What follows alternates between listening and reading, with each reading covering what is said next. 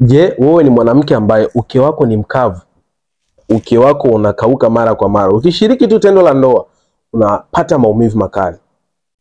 Haya ndiyo mambo ambayo yanasababisha maumbile yako yaweze kukauka. Na kuna wakati umetumia bamia, umetumia vitu vingi vya kuongeza uteute ili uwe na mnato, lakini haujapata mafanikio yoyote.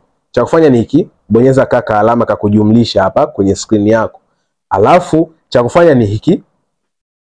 Inawezekana umetumia vitu vingi, umetumia bamia, umetumia mtindi, umetumia nini kuongeza kufanya uke wako uwe na joto, uke wako uwe na uteute fulani, uwe na mnato, lakini hujapata mafanikio yoyote.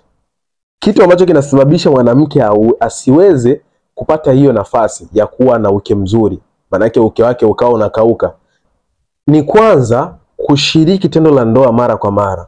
Kama wewe ni mwanamke ambaye unashiriki tendo la ndoa mara kwa mara, jana umeshiriki, juzi umeshiriki, kesho utashiriki, yani wewe hizo siku zote wewe umejipangilia tu kushiriki tendo la ndoa, mara leo umeshiriki na huyu, kesho umeshiriki na huyu, basi wewe fahamu ya kwamba upo kwenye hatari au unaelekea kuwa na uke mkavu.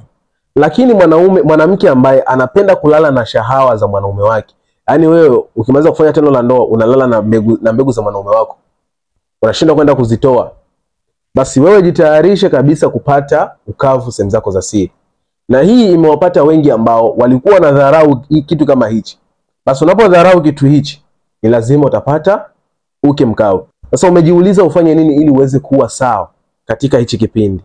Basi kama ni kweli unajiuliza hivyo, chukua namba yangu kwenye bio. Haraka zaidi nitafute alafu nikupe matibabu.